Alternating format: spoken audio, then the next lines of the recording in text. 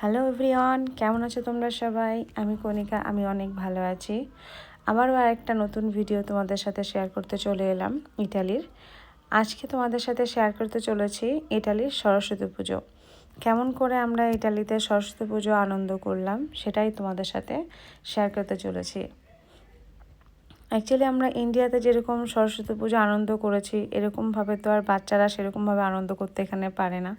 কেননা সেই ছুটিটা এখানে বাচ্চাদের থাকে না। কোনো কোনো বাচ্চাদের থাকে এক্সাম, কোনো কোনো বাচ্চাদের টেস্ট, সব কিছু মিলিয়ে থাকে। সবটা আয়োজন করেই যেরকমভাবে সবার দিকটা ভেবেই করা হয় পুজোটা।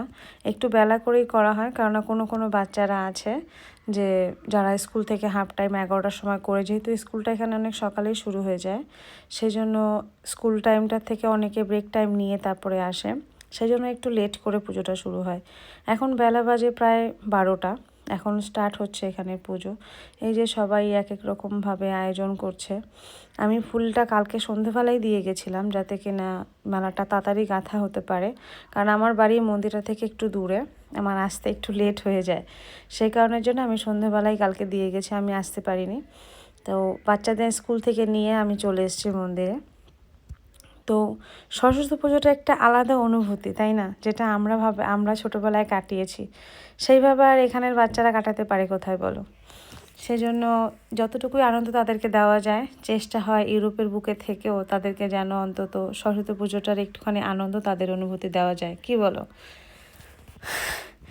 কষ্ট লাগে, ইন্ডিয়া থাকলে হয়তো অনেক আনন্দ করতে পারতো বাচ্চারা। এই যে পুজো শুরু হয়ে গেছে, স্টার্ট হয়ে গেছে, অঞ্জলিও হতে আর বেশি দেরি নেই। ছোটোখাটো করে যেরকমভাবেই আয়োজন করা হয়েছে সেটুকুই তোমাদের সাথে শেয়ার করলাম। এরকম টুকটুকভাবে ইউরোপের ছোটোখাটো জিনিস যদি তোমরা জানতে চাও, আমার চ্যানেলটাকে প্লিজ সাবস্ক্রাইব করে রেখো। ওই যে আমার মেয়ে দূরে বসে আছে তার ফ্রেন্ডের সাথে।